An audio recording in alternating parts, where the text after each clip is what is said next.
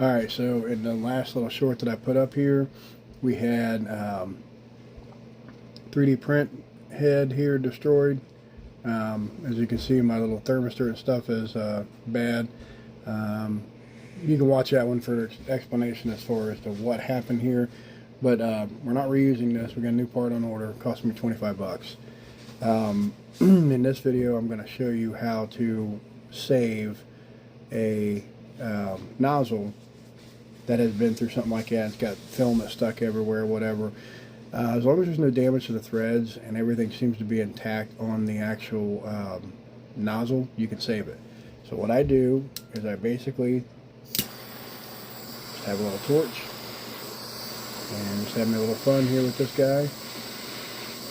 Heat it up, and you can see stuff's already falling out of it. I've already done this once off camera, so there probably isn't very much left in there.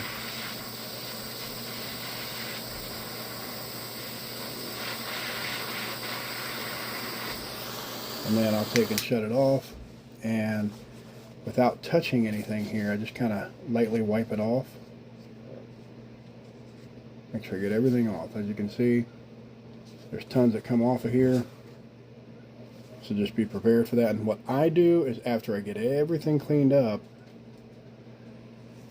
got a little bit left on the back here, after I get everything cleaned up as best I can, I'll take and let it set on the concrete floor, and then I might throw a little bit of water on it or something, you know, just to kind of like cool it back down. But I wait a little bit because I don't want to make it brittle. So we're going to set this on the concrete floor for a minute.